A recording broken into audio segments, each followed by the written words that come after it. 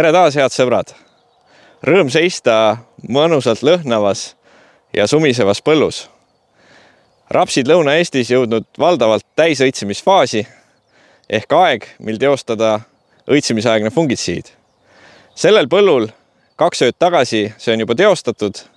Tooteks oli Pictor Active 0,8 liitrit hektarile ja seda tegime siis selleks, et tõrjuda valgemädanikku, milleks soodsad tingimused on, kuna on olnud suhteliselt niiske, aga samas ka kuivlaiksust.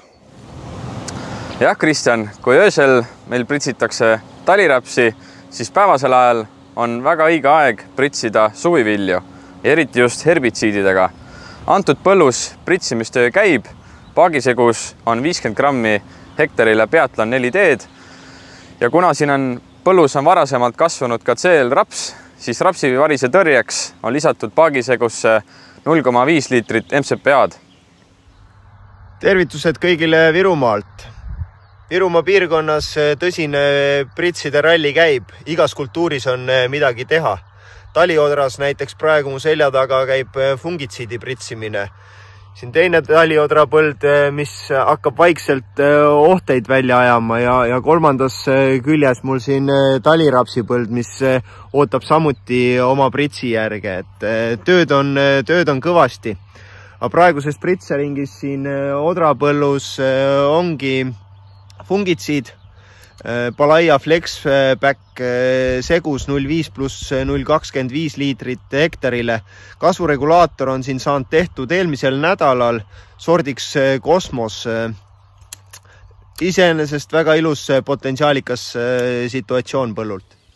Ja siin lääne pool RNA pritsimine on täiesti päevakorral. Osad põllud on juba tehtud, seal on juba väga ilusad tulemused näha, aga teised, kes on siin vihma oodanud, et umbrohi üldse hakkaks tärkama, siis ei ole üldse kiiret. RNA taimed veel üle kasvanud ei ole. Quorum Dashil on väga hea kasutusaken. Lihtsalt jälgi, et see sama RNS juba ei hakkaks maapind ära varjutama.